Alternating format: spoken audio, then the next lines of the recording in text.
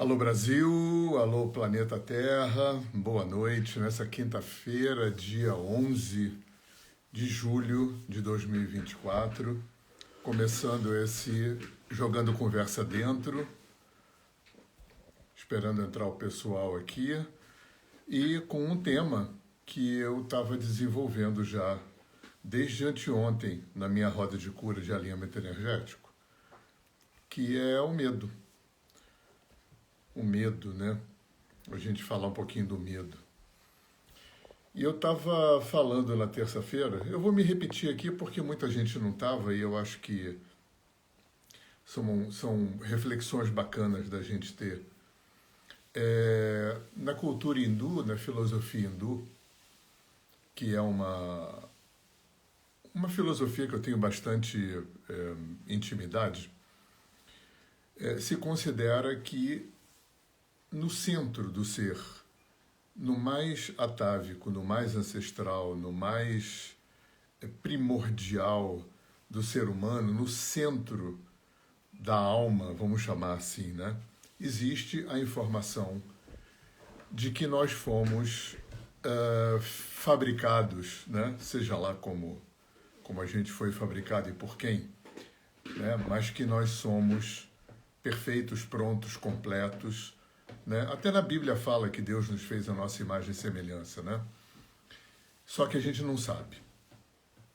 Então, esse axioma, esse postulado, ele é nuclear, assim, é uma das coisas que são fundamentais ser entendidas para poder transitar por esse universo milenar da filosofia hindu. Nós somos perfeitos, plenos, prontos. Deixa eu ajeitar aqui. Perfeitos, plenos, prontos, mas não sabemos. Isso na Índia se chama avidya, que é a ignorância primordial. Nós somos ignorantes de quem nós somos. E essa ignorância não é consciente, não é inconsciente no sentido freudiano, ela é muito mais profunda. Ela está no âmago, no centro, no núcleo, na semente mais fundamental, mais interna do nosso ser. A informação de que nós somos um. Deixa eu pegar só uma coisa aqui para segurar aqui a base do... Pronto. Agora eu acho que o celular não vai fugir mais daqui. Pronto. Beleza. Então, esse é um axioma fundamental, né? Nós somos plenos, prontos, inteiros, mas não sabemos. A gente poderia dizer que como uma casca, né? Como uma primeira casca, ou como uma das primeiras cascas dessa informação inicial, né? Que nos é desconhecida, uma coisa que é interessante, né, que é a pergunta que vem mais óbvia nessa história toda é por que é assim. Uma vez eu perguntei, isso em 83 mais ou menos, tinha um Swami, que foi uma pessoa muito importante na minha vida. Nessa época eu não via muita gente da Índia. E um dia a gente deu uma prensa nele, a gente espremeu ele na parede. E a pergunta da gente era essa, vem cá, mas você está falando tudo é um, tudo é Brahman, tudo é um, a unidade, tudo é o ser e tal, por que então que a gente está aqui? Por que a gente está sofrendo? Por que a gente está reencarnando e oscilando nessa dualidade de prazer e dor, de sofrimento e beleza? Né? Por que já não é tudo um? Por que já não é tudo bom? Por que já não é tudo... eternamente maravilhoso, divino. E ele deu 3 respostas interessantes. Ele falou assim, bom, quando você se iluminar, você vai saber. Ele não se dizia iluminado. Quando você se iluminar, você não vai conseguir explicar. Isso aí eu já tinha lido nos livros, né? Você lê a literatura, Yogananda, Ramakrishna, Ramana, Maharishi, todos eles falam sempre isso. Né? O Samadhi, o Satori, o Nirvana, esse estado transcendental não é explicável verbalmente, porque ele não é elaborável mentalmente. Até aí fomos. E aí ele falou a terceira coisa. Ele falou, quando você se iluminar, você vai saber. Quando você souber, não vai conseguir falar. O fato é que é assim. Baixa a bola e faz a tua parte, porque é assim. Essa resposta ninguém tem. Né? A Índia, nos seus milênios, até tem formas filosóficas muito sofisticadas, muito elaboradas, de elaborar o como, né? Como o absoluto se relativizou, como o uno se pluralizou. Né? Tem até uma escola na Índia que chama Sankhya, que é especialista nessa descrição desse processo de descida, né? do um para ser muitos. Agora, por que ninguém sabe? Talvez ele seja o grande, o maior mistério, né, da história humana, é por quê? Né? Aquela pergunta que a gente fazia para a mãe ou para o padre, né, se Deus é tão bom, se Deus é amor, né, a religião fica repetindo isso, por que, que o mundo está assim? E a resposta, invariavelmente, eu ouvi essa resposta algumas vezes, porque essa pergunta eu fiz desde muito cedo. A resposta, invariavelmente, é: não, Deus fez tudo certo, deu livre-arbítrio ao homem, e o homem fez essa merda toda que está em volta.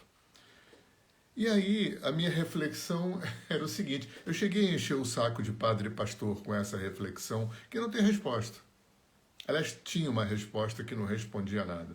A minha pergunta era o seguinte: bom, se Deus fez tudo certo e deu livre-arbítrio ao homem, e vocês estão me dizendo que Deus é onipotente, onisciente e onipresente, né? Então Deus deu um poder ao homem de fazer coisas que nem ele sabe que a gente vai fazer.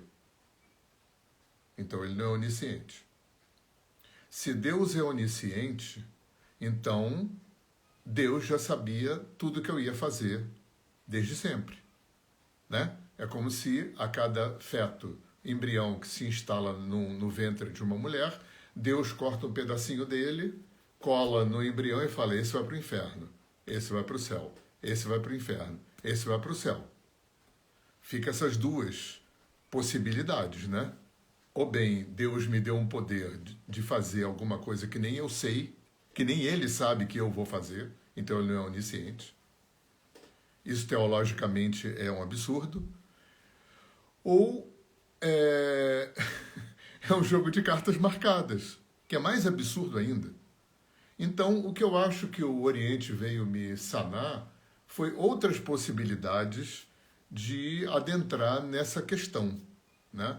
Eu já estou desviando um pouco aqui a história para o livre-arbítrio, eu vou voltar para o medo. Tá?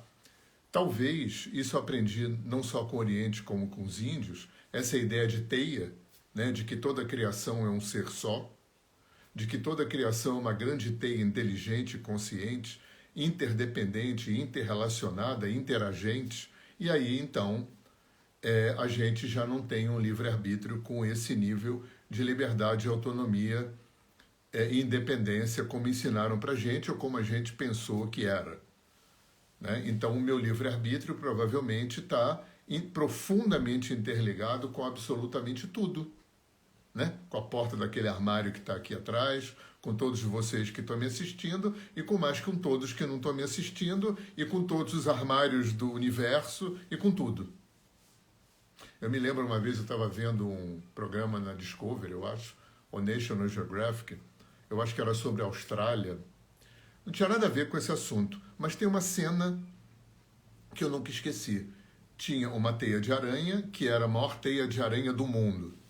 E um povo originário, não me lembro se foi na Amazônia ou na Oceania, ou na África, pega uma ponta da teia, mexe na ponta da teia e fala: a teia toda mexe. Olha só. Talvez o livre-arbítrio seja isso. Né? Um livre-arbítrio relativo que está interligado com tudo. A neurociência moderna não aceita livre-arbítrio de jeito nenhum. Né? A neurociência diz que quando a gente faz uma escolha, quando a gente exala uma escolha, né? Aqui nesse nível minúsculo de consciência que a gente tem, né? O cérebro já fez essa escolha há muito tempo em níveis inconscientes. Então eu estou falando tudo isso para voltar na história do Oriente, para voltar na história da ignorância primordial.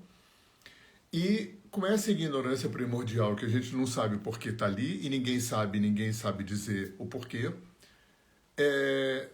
dentre as primeiras camadas que recobrem essa ignorância primordial está o medo. E, paradoxalmente, o medo mais ancestral, mais atávico dessa história é o medo de retornar para aquela situação primordial de unidade. Porque quando a gente já tem um ego estruturado numa história humana, quando o absoluto já desceu para o relativo, quando um já se tornou muitos, né? E aquela escola do Sankhya que eu falei da Índia explica tudo isso, o como. Não falo o porquê, mas falo o como, né? Quando eu chego aqui, nesse ser humano, eu já tenho, como dizia Buda, eu sou um agregado de karma, pilotado por 5 sentidos, um ego e uma mente que pensa, uma mente racional. E esse estado já cindido, esse estado já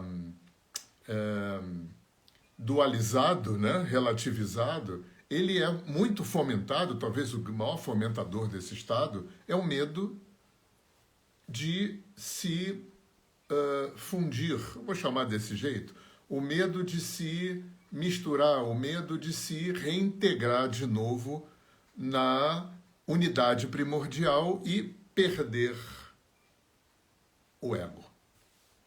Então, esse medo atávico, esse medo primordial, é talvez a coisa mais importante que sustenta a nossa sensação de divisão. A gente se sente separado dos outros, se sente separado de Deus, seja lá como a gente o concebe, e a gente se sente separado da natureza. Quando a gente olha para dentro, a gente também experimenta cisão, porque dificilmente a mente e as emoções estão juntas no mesmo lugar. Né? Me lembro muito da música do Fagner, quando eu conto essa história. Ah, meu coração que não entende o compasso do meu pensamento. Né? E aí eu me lembro daquele meu terapeuta, eu falo muito isso no curso e aqui também, que ele dizia que um dos grandes problemas da espécie humana é o descompasso que acontece porque a mente pensante vai de Boeing e as emoções vão de Fusquinha. E aí isso cria um descompasso que tem uma quantidade imensa de coisas acontecem por esse descompasso. Né? Aqui no nível mais humano, de terapeuta, né? Aquela coisa que a gente ouve muito das pessoas, e da gente também, né? É por que eu já sei tanto e não consigo aplicar tudo que eu sei? Por que eu já sei tanto e continuo repetindo certas coisas? Outro dia eu fiz uma live que era que recursos você dispõe quando o bicho pega? Porque uma coisa é a gente teorizar recursos, né? A gente sabe muita coisa, técnicas, né? Conhecimento, filosofias e psicologias e muita coisa. Agora, quando o bicho pega, e o bicho pega são emoções. Né? Na briga, na perda, no conflito, no sem dinheiro, na demissão, na separação. Quando o bicho pega, que recursos reais a gente dispõe para atuar? Né? Para atuar fora daquilo que está condicionado.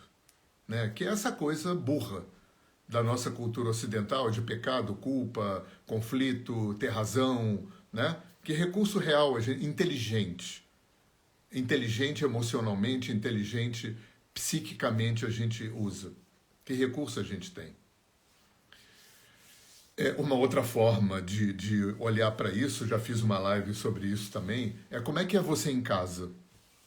Esse é um grande... Eu chamo tudo isso de perguntas aferidoras. Os meus alunos conhecem bem as minhas perguntas aferidoras.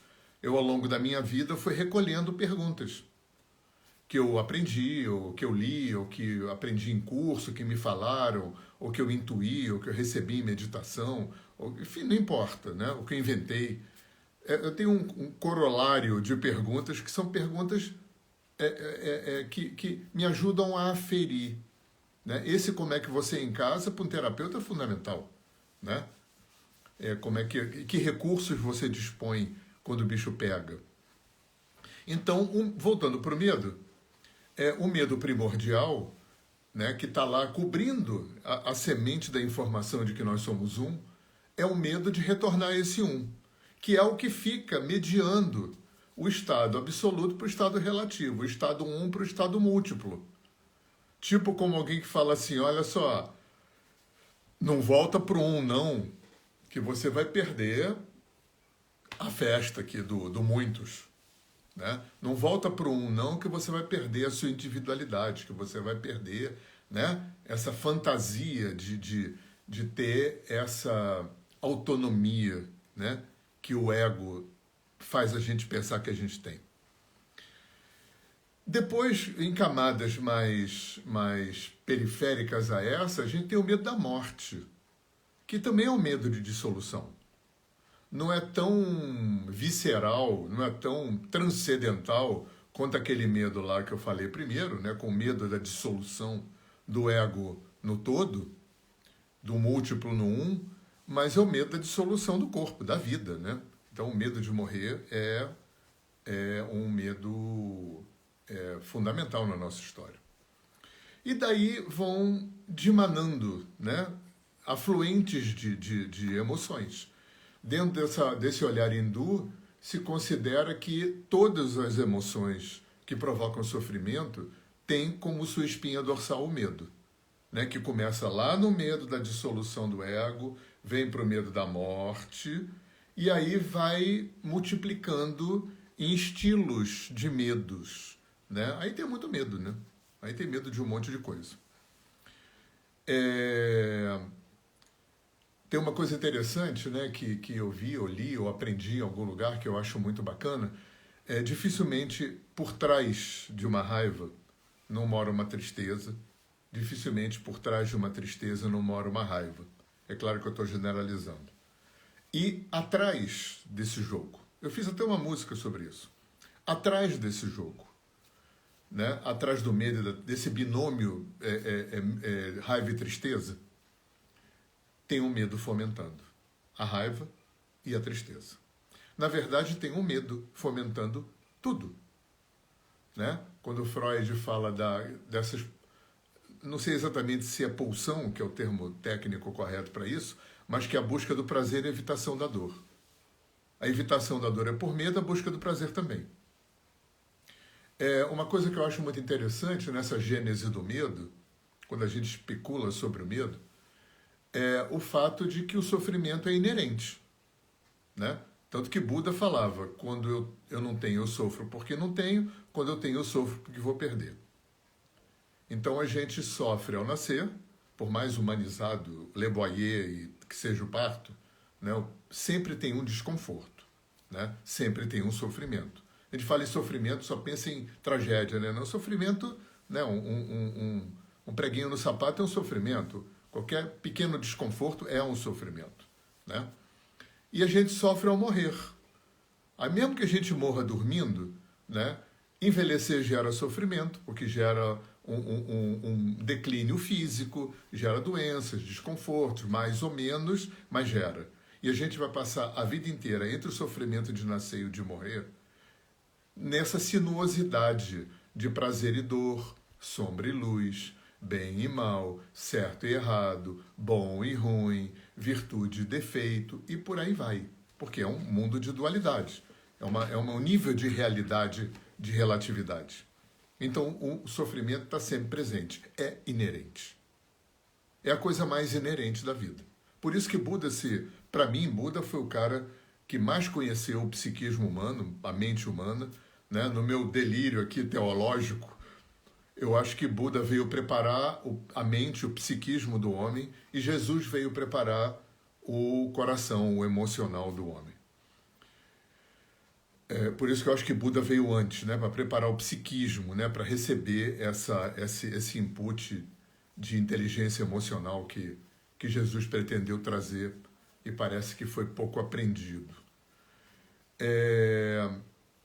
E aí, Buda se debruça sobre essa questão do medo, tanto que as 4 nobres verdades, né, A inerência do medo, a existência do medo, a causa do medo é o desejo, bababá, e aí o jeito de resolver isso é o caminho óctuplo, né? Meditação correta, ação correta, trabalho correto, tarará, tarará. E aí, gente, o sofrimento, no medo não, do Buda estava falando do sofrimento, né? O medo é mais um sofrimento. O sofrimento é uma coisa muito interessante, a gente tem que agradecer muito ao sofrimento, porque a grande força que alavancou a história da humanidade foi o sofrimento. Religião existe por causa do sofrimento, filosofia, psicologia, as medicinas, a ciência, a arte, tudo isso existe por causa do sofrimento. O sofrimento é a grande força que alavancou o homem ao longo da sua história, na tentativa de entender o sofrimento, acessar a causa do sofrimento e resolver o sofrimento. Tecnologia, tudo existe por causa do sofrimento. Entenda-se esse binômio freudiano. A gente, visceralmente, animalmente, busca a evitação da dor e busca o prazer. A busca do prazer e a evitação da dor. As duas coisas existem por causa do sofrimento. E você vê a força, a importância que o sofrimento tem na evolução do homem. A gente faz tudo por causa do sofrimento. A gente faz terapia por causa do sofrimento, vai no médico, trabalha, tudo, direto ou indiretamente. A busca do prazer e a evitação da dor estão presentes na nossa história. E isso não é uma apologia do pessimismo, de forma nenhuma, muito pelo contrário. É a capitalização do sofrimento, porque o que tornou o sofrimento mórbido é essa coisa que a igreja inventou, né? Do pecado, da culpa, do Satanás, da briga do bem contra o mal, e que criou uma lista do que é bom e do que é mal, né?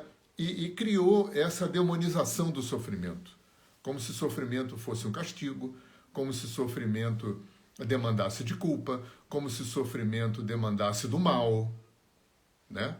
E na verdade não, o sofrimento é uma inerência, né? O sofrimento está aí, não é bom nem mal, nem feio, né?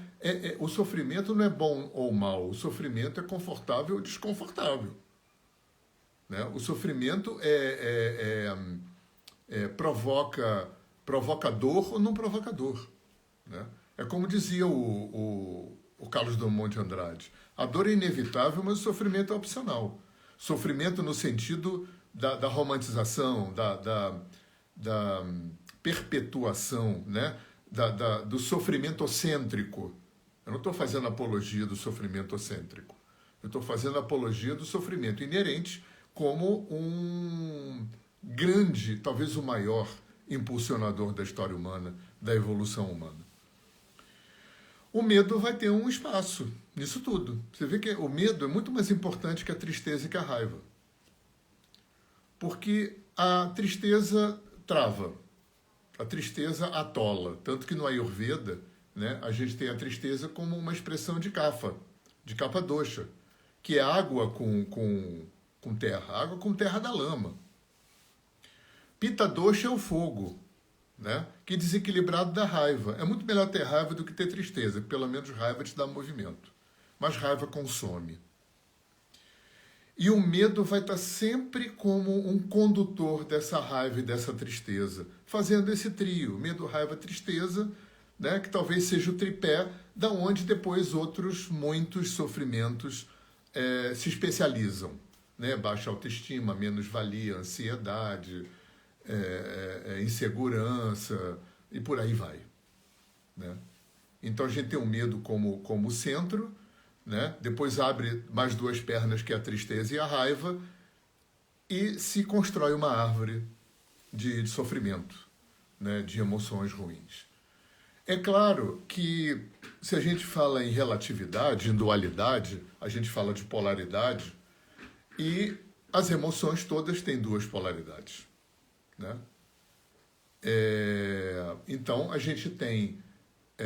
É claro que eu vou generalizar, tá? Não tem como não generalizar, né? Não tem como particularizar aqui.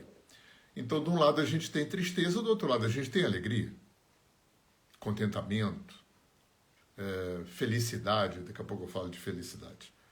A gente tem, no outra energia emocional, a gente tem de um lado o medo, do outro lado a gente tem coragem, prudência.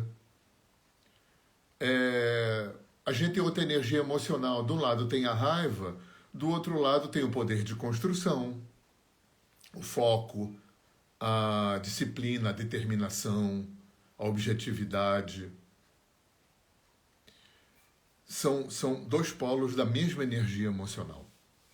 Né? É muito interessante porque a mesma energia emocional que a gente despende para sustentar uma tristeza, uma depressão, é a mesma energia emocional que a gente despenderia para ter alegria e contentamento.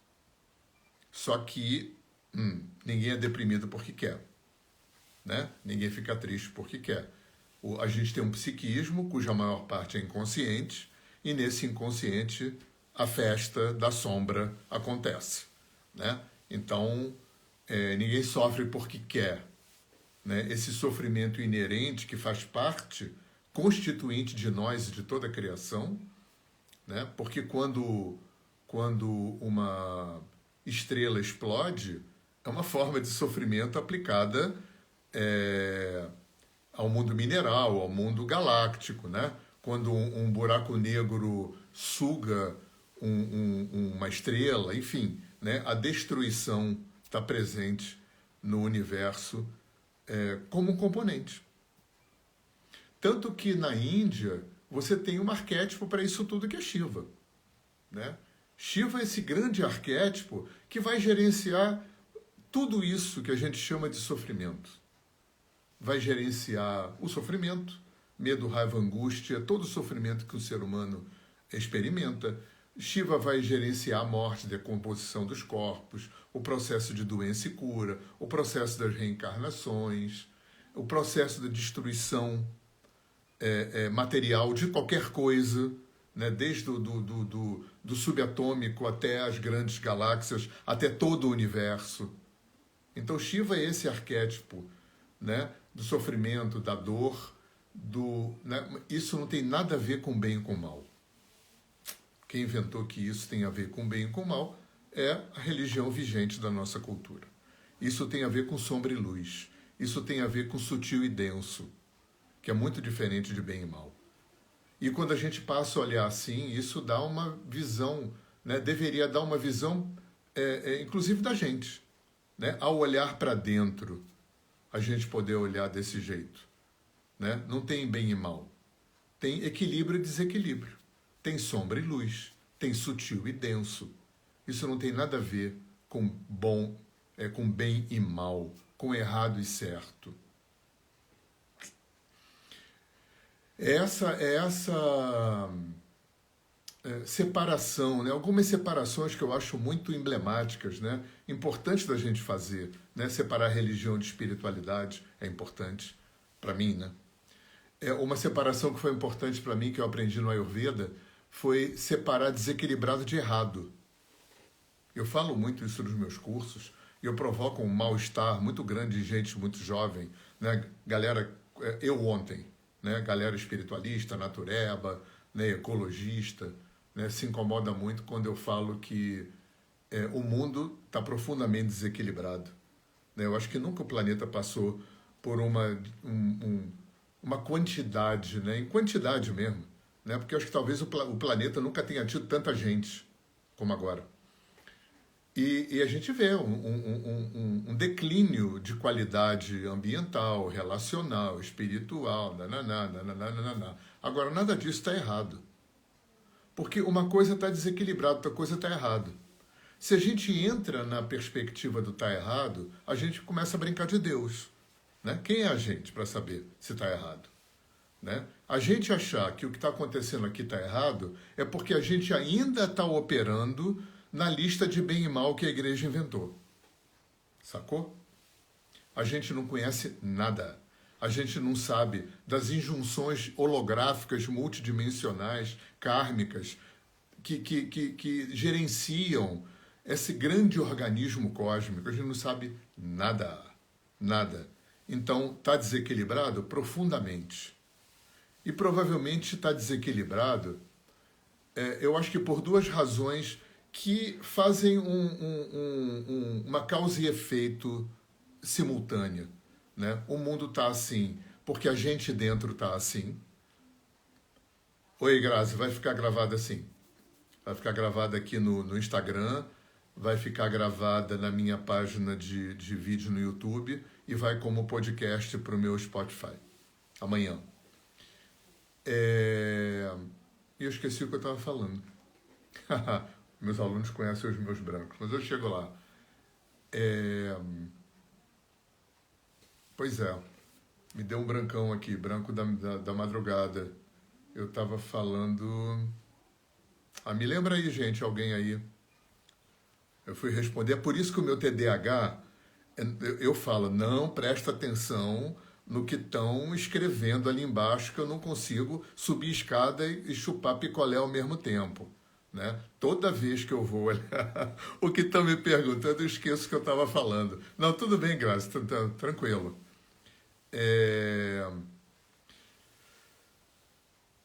Sim, o certo e errado. Pois é. Não, peguei o fio da meada aqui.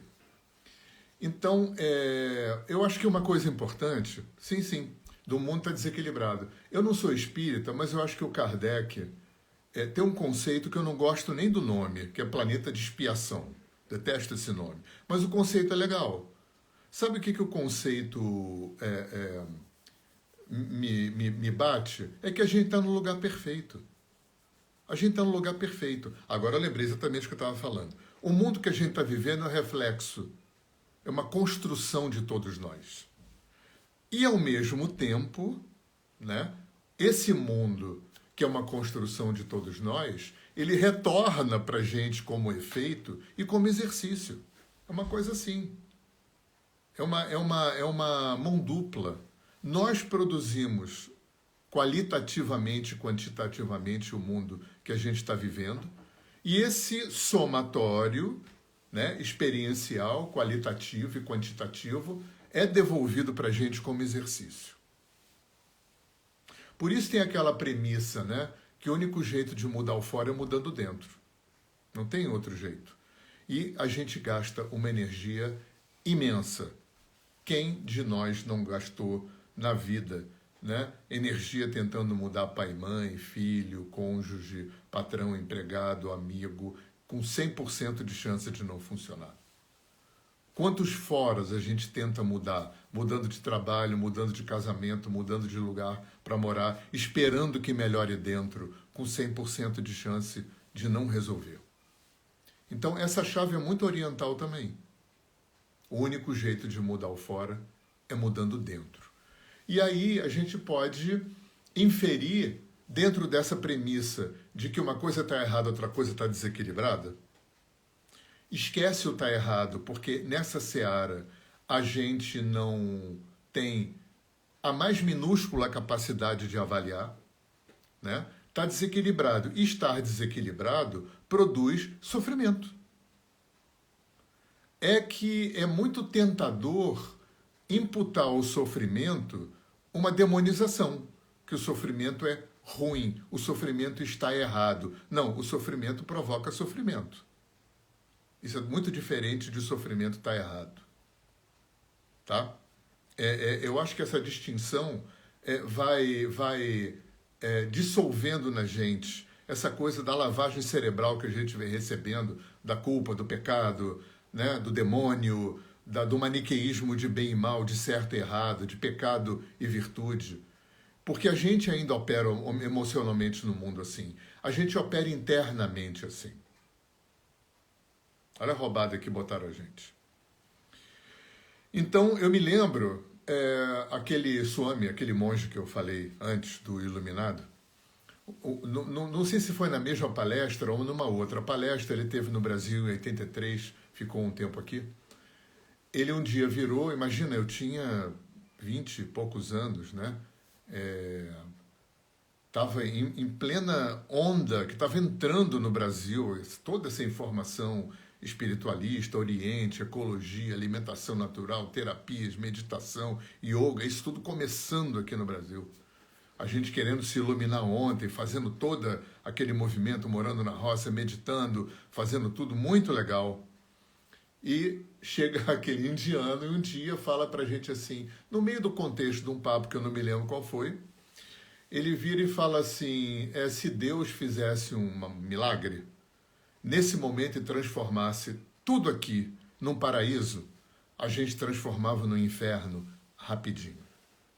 Aí deu aquele frisson, né? Foi muito distópico, desconstrutivo.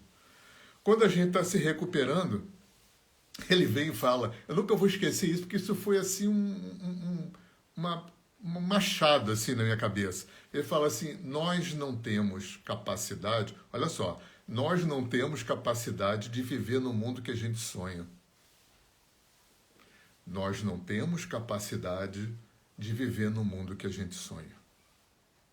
Eu acho que isso tem a ver também com aquilo que eu falei antes.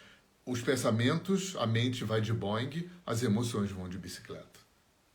Então, esse descompasso, né, entre a velocidade de uma mente que elabora, que pensa, né, vai muito na frente das emoções. A Flavinha Tavares sabe tão bem quanto eu que sentir é corporal. Sentir é a única coisa na gente que está no presente. A mente fica a maior parte do tempo, passado, futuro, passado, futuro, passado, futuro, passado, futuro. E sentir é corporal, não é? E aí, gente, dentro dessa premissa, né, eu queria continuar nessa história do desequilíbrio e do errado, que desequilibrado é diferente de errado, porque foi na crença do errado que se instilou o medo. Aquele medo doente, aquele medo que se instila para manipular, aquele medo que se instila para controlar, aquele medo que se instila para manter a autoestima baixa, que é isso que religião faz. É isso que sistema político faz. É como o Dr. Reich dizia, a nenhum sistema interessa um homem potente, livre, autônomo e independente. Porque esse homem, mulher, ser humano, livre, autônomo e independente, ninguém manipula nem controla. E o homem tem sido controlado pelos sistemas políticos e pelas religiões por causa do medo.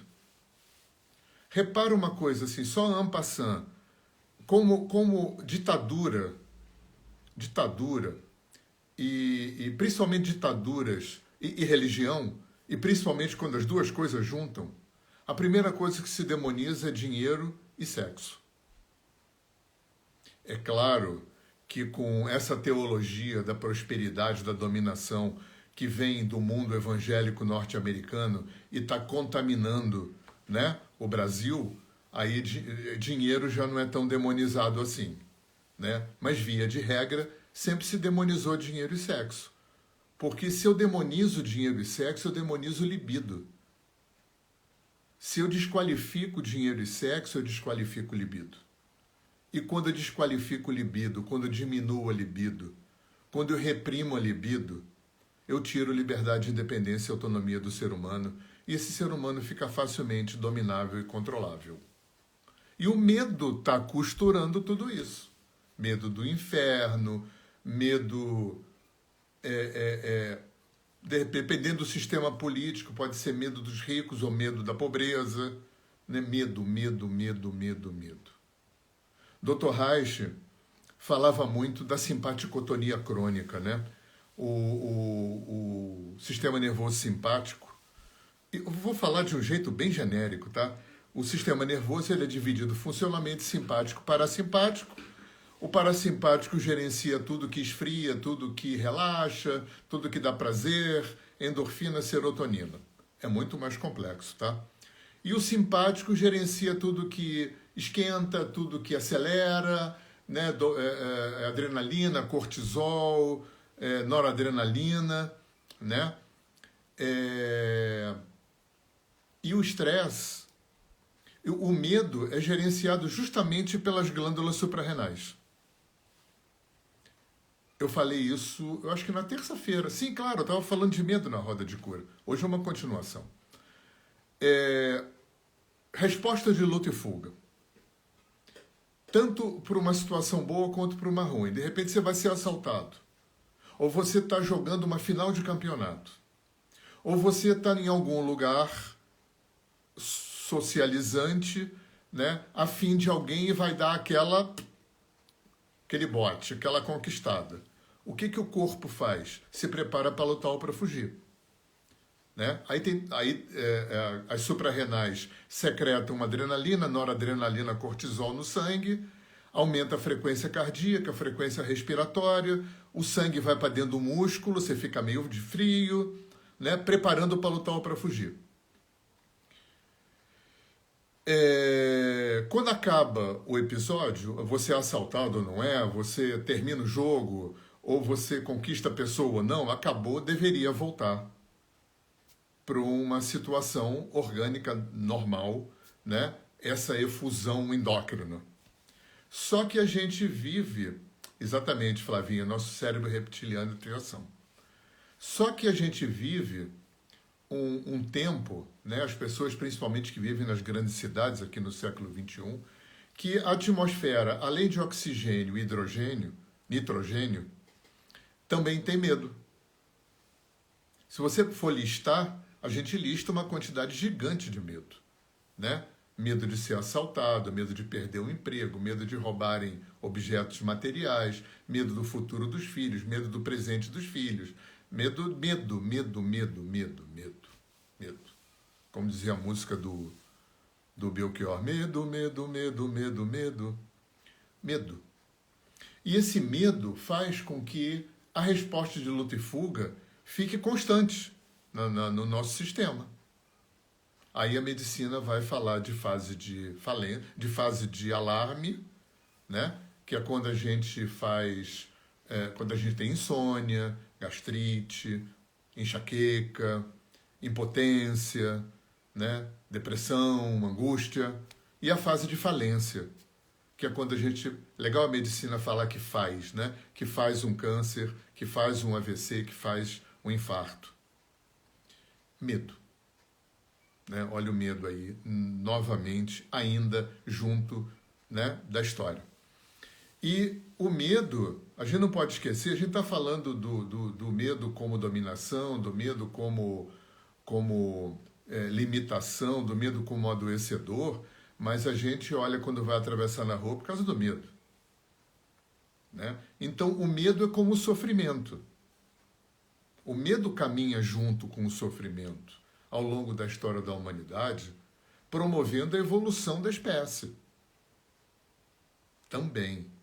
A tecnologia avançou por medo. Medos. Medo de ficar doente, medo de ficar com fome. Né? O medo é o grande alavancador. Então você vê que tem uma expressão quase holográfica, né? Da presença e das funções paradoxais do medo e do sofrimento, em geral, de uma forma geral. Voltando novamente para aquela perspectiva que eu acho muito importante, para mim foi um divisor de águas quando eu me apercebi, sabendo dividir, está desequilibrado e está errado. Quando a gente traz isso para dentro, né, a perspectiva de estar errado joga a gente num lugar muito ruim. Porque estar errado vem junto com culpa, estar errado vem junto com castigo, estar errado vem junto com falta de merecimento, estar errado vem junto com a possibilidade de uma autoestima ruim, de uma autoimagem ruim, de pouco amor próprio, de pouco autovalor. Né? Quando eu faço uma inferência de que eu sou errado, de que eu estou errado. Né? Vamos indo nessa seara, né? de tentar tirar o errado e botar o desequilibrado. Porque estar errado não leva para lugar nenhum, só leva para culpa. Só leva para ir multiplicando esse sentimento de menos-valia, de baixa autoestima, de pouco merecimento, de necessidade de castigo. O desequilibrado não.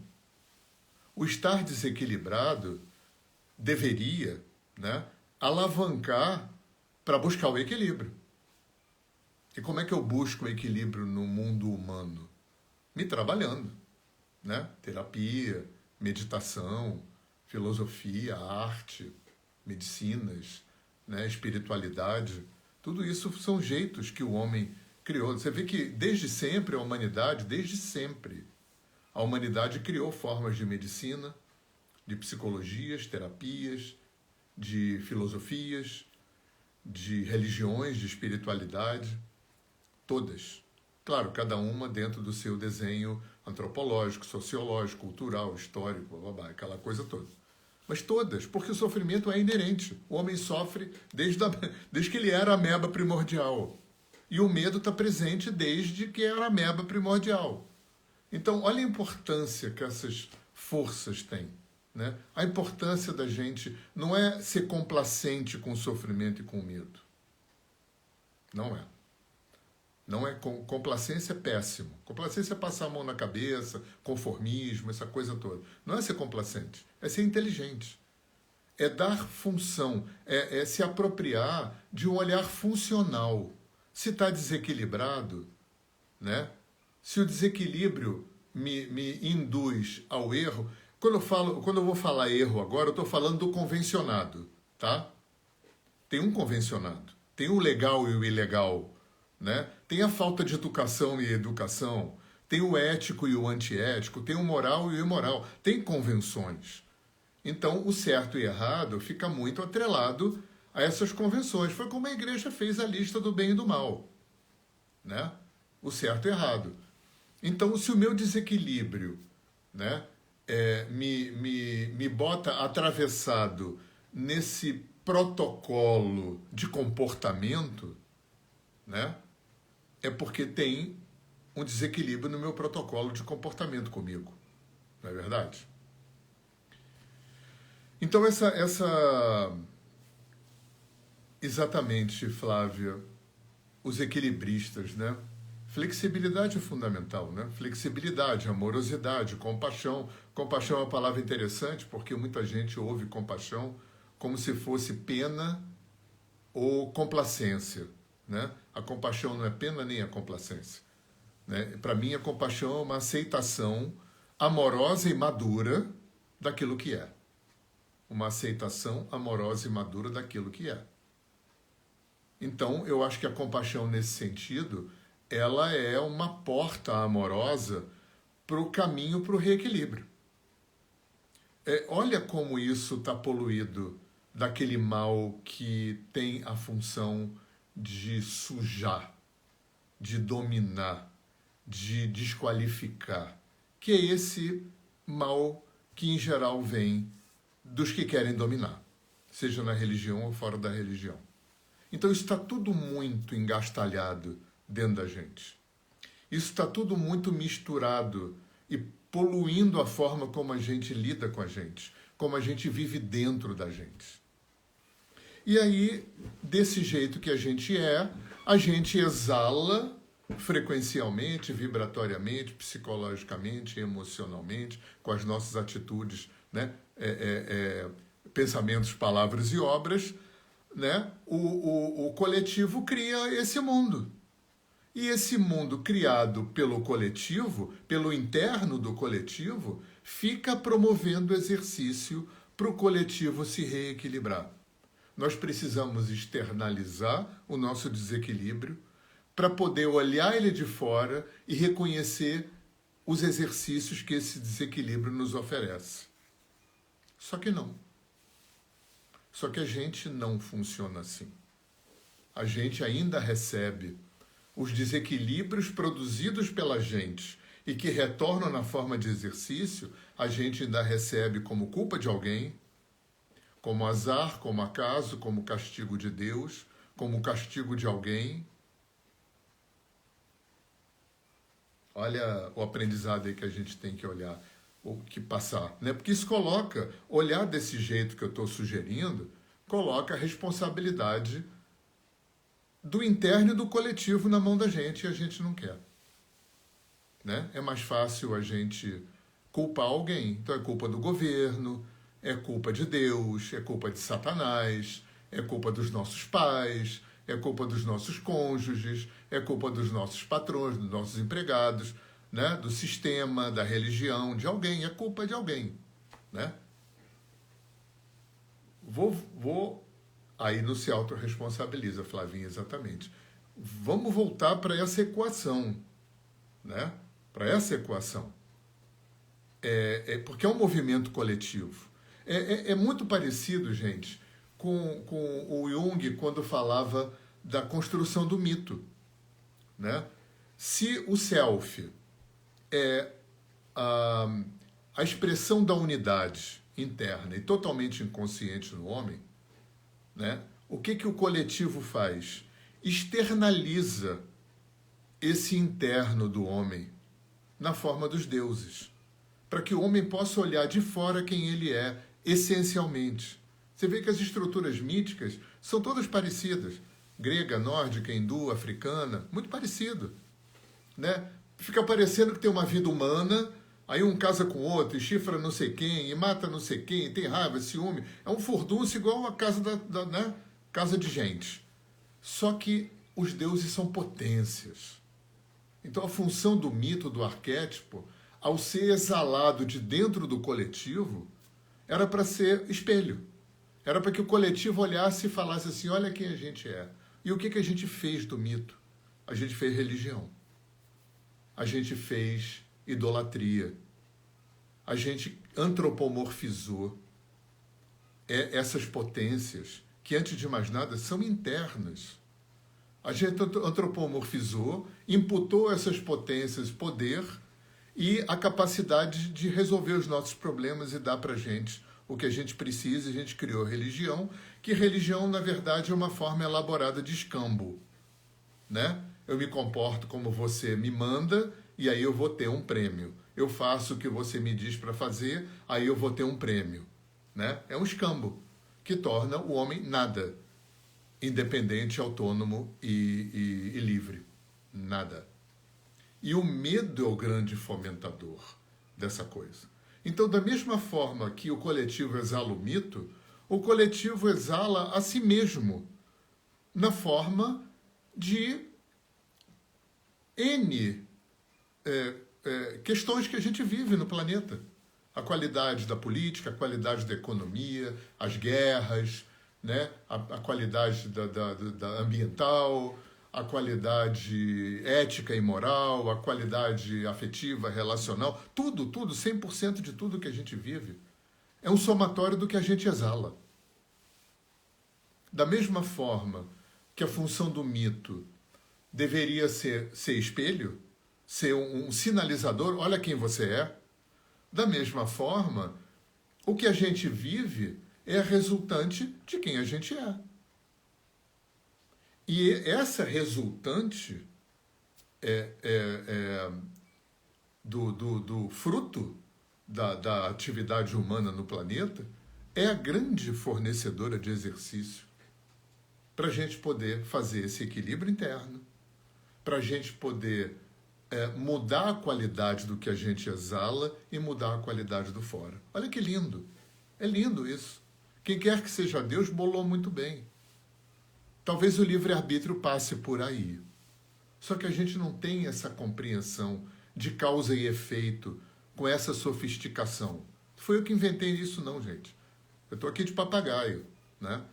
Compartilhando com vocês o que fez sentido para mim do que eu venho lendo, pesquisando, praticando, aprendendo nesses 50 anos. Eu já posso falar em 50 anos, né? Meio século, né? Estou com 68, já dá para falar de meio século. E eu comecei com 18, 19 mesmo essa história. Então, enfim, né? Esse assunto dá muitos congressos, né? Porque é um assunto que é muito antigo, né? O medo e o sofrimento é a coisa mais antiga da história humana, as mais importantes, na minha opinião, porque são os grandes combustíveis que fazem as civilizações caminharem. Na tentativa, como eu falei, né, o sofrimento faz o homem caminhar na tentativa de compreender, acessar e resolver a questão do sofrimento, né? E aí a gente construiu tudo. por causa disso. Né? Eu sempre falo isso e me lembro daquela coisa do Freud, a evitação da dor e a busca do prazer. E essas duas coisas existem por causa do sofrimento e por causa do medo. Né? Como aquela história do Buda, né? Quando eu não tenho, eu sofro porque não tenho, e quando eu tenho, sofro porque eu vou perder. As duas coisas têm um medo por trás. A impermanência tem um medo por trás. A gente morre de medo da impermanência. Tanto que a impermanência, assim como o inconsciente, são dois pressupostos, né, que estão presentes na cultura da Índia, da China, da África, dos índios, desde sempre. Né? A consciência, o entendimento de que existe um nível inconsciente gigante, absurdamente grande na vida humana, e de que existe a impermanência. E na nossa cultura, esses dois quesitos não fazem parte. A gente ainda fala, vou casar para sempre, vou ser feliz para sempre. Eu falei que ia falar da felicidade, né? Que eu acho que é outra coisa que tem a ver com medo. Eu tinha um terapeuta, que foi meu professor e já faleceu, que ele dizia que talvez para o nosso nível evolutivo aqui no planeta, o tal do planeta de expiação, talvez para o nosso nível evolutivo, a felicidade possível, que a gente fala em felicidade, né? Ele dizia, se fala em felicidade, a gente pensa num lugar no tempo e no espaço que não vai ter sofrimento. Aí ele dizia assim, no Nirvana vai ser assim, mas vai demorar pra caramba. Então, trazendo para cá, exatamente, Flavinha, a impermanência remete à falta de controle, e a falta de controle tem a ver totalmente com o medo. Absolutamente a ver com o medo. E a gente gasta uma quantidade bizarra de energia, de dinheiro, de neurônio, de tempo, de atitude, de palavra, tentando controlar o incontrolável. Tentando controlar o incontrolável. Mas ele falava assim, no Nirvana vai cessar o sofrimento. Talvez para o nível evolutivo humano da gente aqui. Talvez, olha que coisa bacana, talvez a felicidade possível seja cada vez fruto de trabalho interno. Cada vez eu caio menos, cada vez eu me desequilibro menos, cada vez eu escorrego menos, e cada vez que eu caio, escorrego e desequilibro, eu volto cada vez mais rápido para o meu eixo. E já é coisa pra caramba. Talvez a felicidade possível seja essa perspectiva, que já é muita coisa. Demanda muito trabalho interno. Porque nós somos movidos por emoções, gente. O Descartes já venceu a validade há muito tempo. Descartes foi muito importante, o cara que criou a ciência ocidental, a filosofia ocidental, mas penso, logo existo, brincou, né? Eu sinto, logo existo. Eu tenho falado muita coisa. Muitas vezes isso, né? Eu comecei a sentir na 3ª semana de gestação na barriga da minha mãe. E eu só vim a pensar depois que eu nasci, aprendi a falar e minimamente elaborar pensamento. Tem um gap aí de quanto? 3, 4 anos? Né? Então, sentir é corporal, e sentir está sempre no presente. Sempre no presente. E é como a Flávia falou aqui, não ter controle dá medo. A impermanência dá medo. E a gente fica se anestesiando com para sempre. A gente fica tentando mudar os outros. A gente fica tentando controlar o incontrolável. Olha o pacote de coisas bizarras que a gente há séculos continua repetindo com 100% de chance de não funcionar. Eu me lembro do Einstein que falava, como é que você quer que mude se você continua fazendo do mesmo jeito? Não, com certeza, Flavinha, emoções é tudo. Quem leva a gente pela vida são as emoções. Eu sinto, logo existo. Né? Quem me leva são as emoções. Quem cria todo esse furdunço interno são as emoções. Né? Eu sou partidário da ideia de que primeiro eu sinto, depois eu penso, mas a TCC o pessoal da terapia cognitiva e da neurociência vai discordar de mim. Né? Eu diria, se eu fosse psicólogo, eu diria que eu estou mais para psicanálise do que para TCC. Né? Para psicanálise, eu primeiro sinto, depois eu penso. Pensar é uma elaboração de sentir, mas para TCC não. Né? Psicologia positiva, TCC, neurociência, né? Primeiro eu penso, depois eu sinto, estou fora. Né? Primeiro eu sinto, sentir é corporal, está sempre no presente. Depois eu elaboro. Né? Aí vem aquele descompasso do Boeing e do Fusquinha. Esse é o problema. Né? A mente vai de Boeing e as emoções vão de Fusquinha. Gente, muito assunto, muita coisa, né? Gratidão aí pela presença de vocês. Flavinha, muito bom estar interagindo aí com você. Todo mundo que veio aqui, né? E todo mundo que vai assistir depois a gravação, tá bom? Deixa eu só fazer uns merchandisezinhos aqui que a minha equipe sempre me cobra, né? Gente, último domingo de julho, eu vou estar fazendo uma imersão online, ao vivo, no Zoom, sobre meditação. Eu vou estar compartilhando o meu meio século de background, de know-how com vocês. Eu dei aula de yoga há muito tempo, a Flávia foi minha aluna. Eu não pertenço a nenhuma instituição que vai te ensinar um tipo de meditação dizendo que é a melhor. Eu vou trazer um escopo teórico muito simples de meditação, chama Descomplicando a Meditação. E vou trazer 3 ou 4 técnicas muito básicas no budismo e no yoga, para que você possa, sem rigidez, sem neura, introduzir a meditação na tua vida como uma rotina. Tá? Último domingo, segunda-feira eu começo a divulgar isso aí. Tá? Outra coisa, ainda tem vaga no curso de formação de terapeutas de alinhamento energético, que eu dou há 21 anos por todo o Brasil. Eu vou estar dando esse curso. Comecei uma turma em Copa, no fim de semana passado, não tem mais vaga, mas tem vaga em Icaraí, na Body Soul, uma casa maravilhosa, um lugar super simpático. Agosto a dezembro, 10 aulas, 5 finais de semana, 1 por mês. 80 horas aula e mais 4 encontros online entre os módulos, tá bom? Qualquer informação maior, detalhe, fala no privado que eu... Ah, não, na minha bio tem...